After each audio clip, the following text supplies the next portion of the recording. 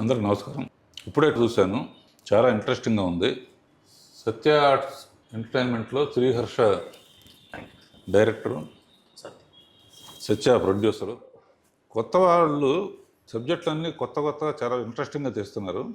ఈ టైటిల్ని బట్టి 14 days girl friend ఇంట్లో ఉన్నాడంటే వై కట్టప్ప కిడ్ బాహుబలి అనే క్వశ్చన్ లాగా 14 రోజులు ఎందుకున్నాడు, ఏం చేశాడు అనే ఇంట్రెస్ట్ కోసం తప్పకుండా ఈ సినిమా చూస్తారు. ఇలాంటి కొత్త ఐడియాలతో వచ్చే యంగ్స్టర్స్ని తప్పకుండా ఆడియన్స్ కూడా ఎంకరేజ్ చేస్తారు.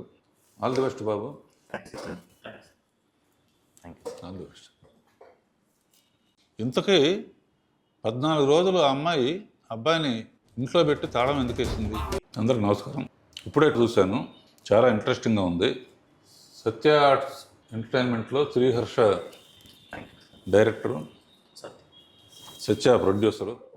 కొత్త వాళ్ళు సబ్జెక్టులన్నీ కొత్తగా చాలా ఇంట్రెస్టింగ్గా తీస్తున్నారు.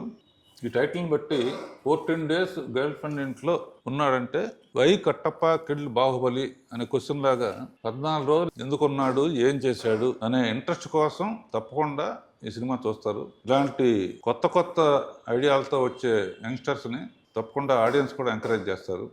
All the best Babu, all the best. ఇంతకీ 14 రోజులు ఆ అమ్మాయి అబ్బాయిని ఇంట్లో పెట్టి తాళం ఎందుకు వేసింది?